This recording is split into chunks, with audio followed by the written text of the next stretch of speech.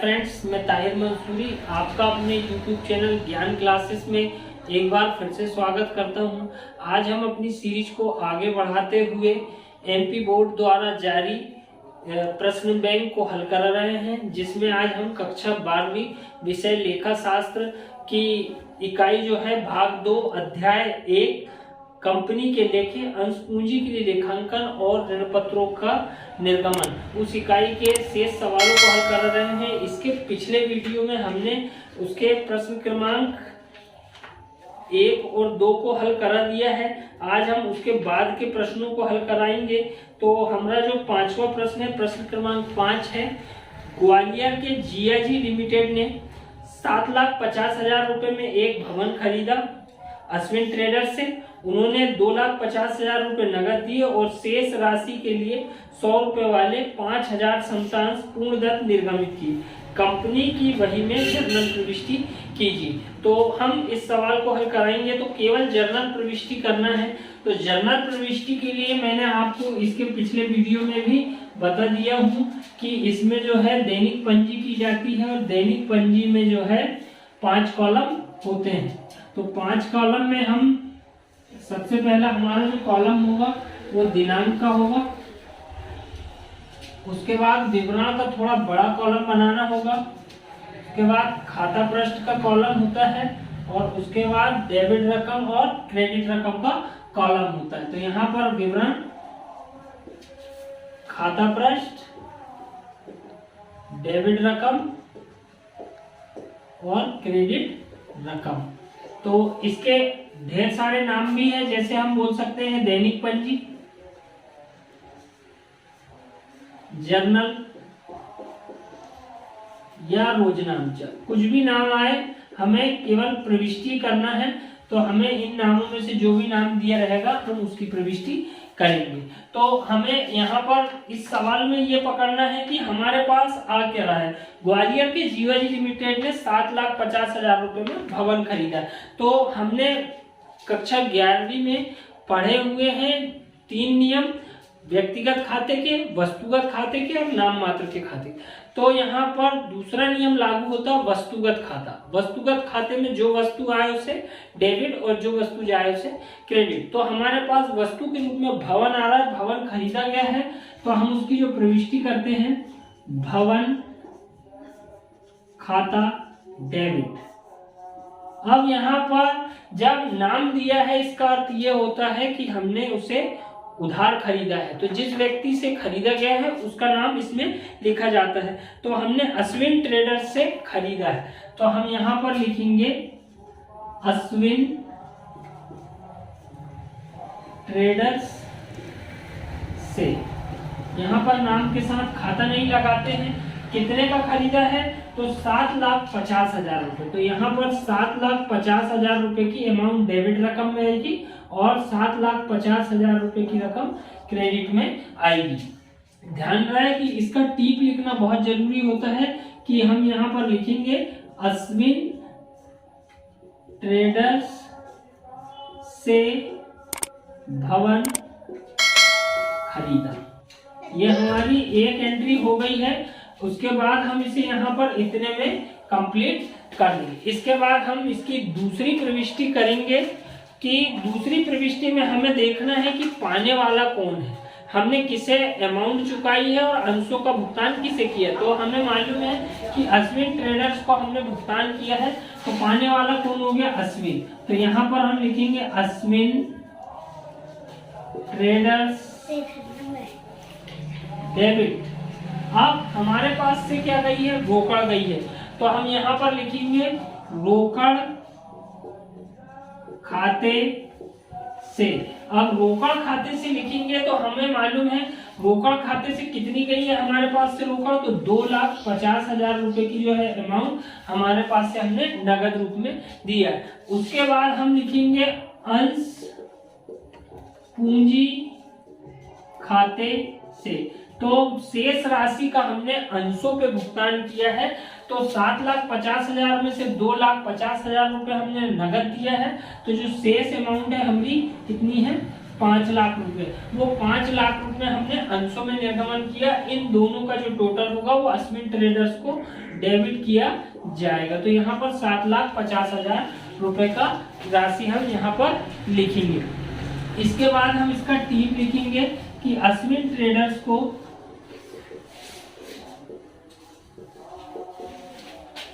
राशि का भुगतान नगद व अंशों के निर्गमन पर करने पर। तो ये हमारा जो है यहाँ पर केवल 2 एंट्री होगी। यदि इस प्रकार के सवाल आते हैं तो उसमें केवल 2 एंट्रियां ही होती है। अब हम इसका टोटल लगा देंगे तो इसका जो टोटल आएगा वो 15 लाख रुपए दोनों पक्षों का योग आ जाएगा। तो इसके बाद हम अगले प्रश्न की ओर चलते हैं। इसके बाद हम इसके विश्लेषणात्मक प्रश्न की ओर चलते हैं, जिसमें 120 शब्द तक शब्द सीमा है, लेकिन इसके जो सवाल है वो इम्पोर्टेंट है और आसान सवाल है, जो कि बच्चों को आसानी से बन सकते। केवल जर्नल एंट्रियां याद करनी है, 6 या 8 एंट्रियां भर याद करनी है। यदि ये 8 एंट्रियां बच्चों को याद हो जाती तो इसके सवाल हल करना बहुत आसान हो जाता है। तो पहला प्रश्न है इसका, राज लिमिटेड ने 20 रुपए वाले 50,000 अंशों का निर्गमन किया। आवेदन पर 5 रुपए, आवंटन पर 10 रुपए और अंतिम याचना पर 5 रुपए दे था। संपूर्ण राशि समय पर प्राप्त हो गई, आवश्यक जर्नल प्रविष्टि कीजिए। तो हमें सबसे पहले करना क्या है, इसमें एक रफ वर्क बना लेंगे। तो सबसे पहले हम लिखेंगे आवेदन पर कितनी राशि दी गई है। आवेदन जो है आपका 50,000 अंशों पर किया गया है। 50,000 अंशों का 5 रुपए पर गुणा करेंगे तो 5 25। तो यहाँ पर आवेदन पर जो अमाउंट आएगी वो 2,50,000 रुपए है। उसके बाद आवंटन, आवंटन पर जो राशि आएगी वो आएगी 50,000 अंश है गुणित आवंटन पर जो राशि दी गई है वो 10 रुपए दी गई है। तो हम 10 का गुणा कर देंगे तो ये जाएगा 5 लाख रुपए। उसके बाद प्रथम एवं अंतिम याचना, जो कि अंतिम याचना के नाम से दी गई है, मतलब अंतिम याचना की गई है। तो अंतिम याचना जो है वो भी 50,000 अंश है और गुणित में आप करोगे 5 रुपए का गुणा, तो 5 25, 2,50,000 रुपए। अब यहाँ पर हमें एक चीज ये समझना है कि कितने रुपए वाले अंश है, 20 रुपए वाले अंश है। तो यहाँ पर हमें ये देखना है कि 5 और 10 15 और 5 20। तो हमने कहाँ तक पहुंचना है, 20 रुपए तक, जो कि हम पहुंचे हुए हैं। तो यहाँ से हम एवरेज लगा सकते हैं कि हमारा सवाल सही जा रहा है। तो 5 रुपए पर है। अब हमें सवाल देखने की जरूरत नहीं पड़ेगी, सिर्फ हमको सीधे सीधे एंट्रियों को उतारना रहेगा। तो हमारी पहली एंट्री क्या होती है, बैंक खाता डेबिट। यहां पर हम लिखेंगे अंश आवेदन खाते से। यहां पर बैंक खाता डेबिट अंश आवेदन खाते से 2,50,000 रुपए। तो यहां पर हम 2,50,000 रुपए लिखेंगे डेबिट पक्ष में और 2,50,000 रुपए लिखेंगे हम क्रेडिट पक्ष में। उसके बाद हम इसका टीप लिखेंगे। टीप लिखेंगे हम इसका अंश आवेदन की राशि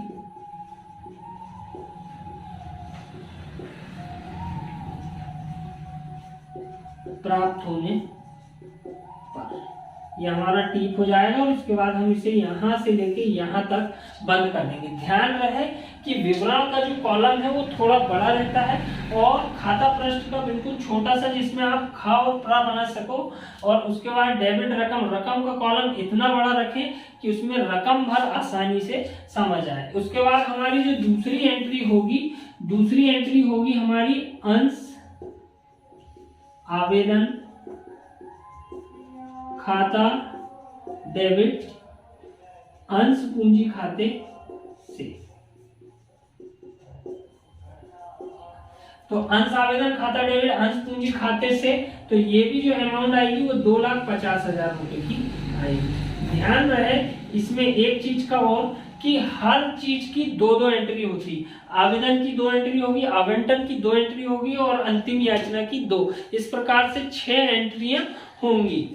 तो यहाँ पर हम इसका टीप लिखेंगे, अंश आवेदन की राशि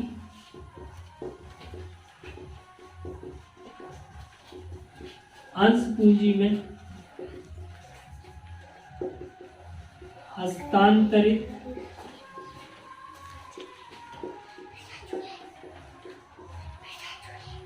यहाँ पर हमारी ये दूसरी एंट्री भी हो गई। इसके बाद हम अब आवंटन की ओर चलेंगे। आवंटन पर सबसे पहले राशि मांगी जाती है। तो यहाँ पर अंश आवंटन खाता डेबिट,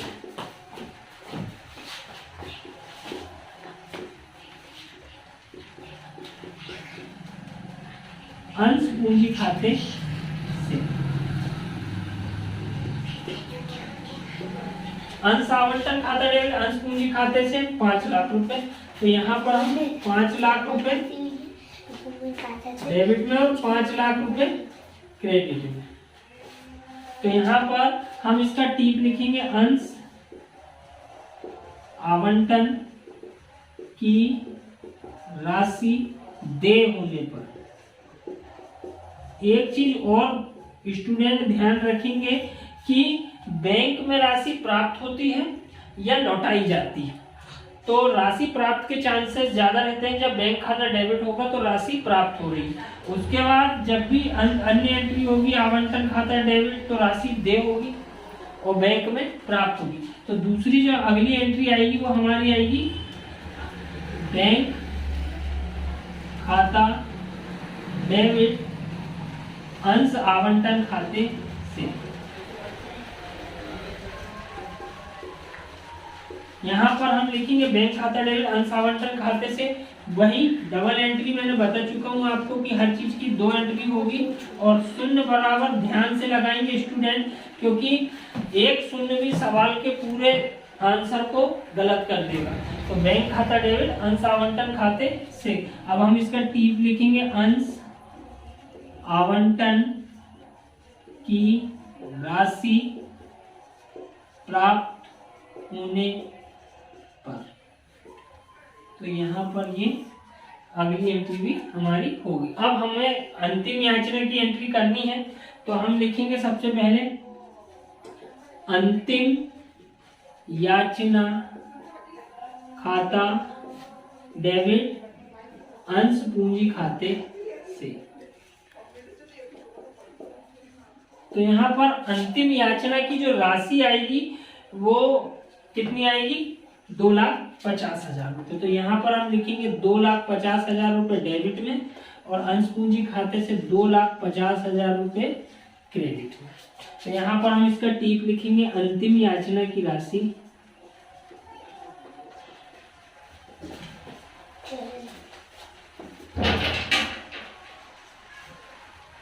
प्राप्त होने पर। यहाँ पर प्राप्त होने पर। इसके बाद हम इसकी अंतिम एंट्री करेंगे जब यहाँ पर राशि देय होने पर आएगा।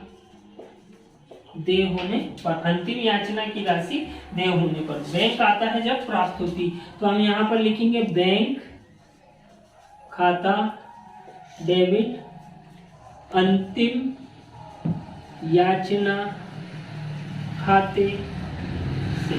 तो यहाँ पर हम लिखेंगे 2,50,000 और 2,50,000 रुपये हम क्रेडिट में डालेंगे।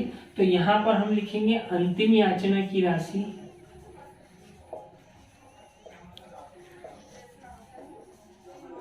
प्राप्त।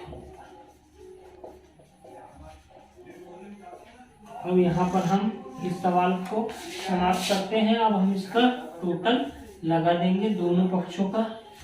तो 2,50,000 5 लाख ये हो गए और 5 और 5 10 लाख ये हो गए, 15 15 और 5 20। तो इसका जो आंसर आएगा वो 20 लाख रुपए आएगा। तो दोनों पक्षों का जो योग आएगा वो 2 2 6 लाख 20 लाख में 6 शून्य आएंगे। तो 5 लाख 5 और 5 5 10 15 20 लाख रुपए आएगा। तो इसमें हम एक चीज और ये बताना चाहेंगे कि बैंक खाता डेबिट जो होगा वो अंश आवेदन खाते से, अब यहाँ पर आवंटन खाता डेबिट अंश पूंजी से, और बैंक खाता डेबिट अंश आवंटन। तो बैंक के साथ उसी चीज का नाम लिखा जाता है जिसकी अमाउंट लिखी होती है। याद करने के लिए और शॉर्ट तरीका है कि भाई बैंक के साथ उसी चीज की एंट्री होगी जिसके साथ राशि दी जा रही जिसकी।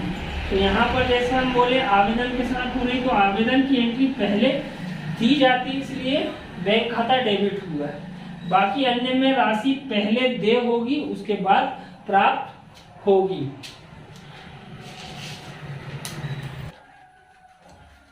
यदि आपको हमारा वीडियो पसंद आए तो हमारे चैनल को लाइक कीजिए और ज़्यादा से ज़्यादा बच्चों तक शेयर कीजिए ताकि उन निर्धन बच्चों को इसका फायदा पहुंच सके।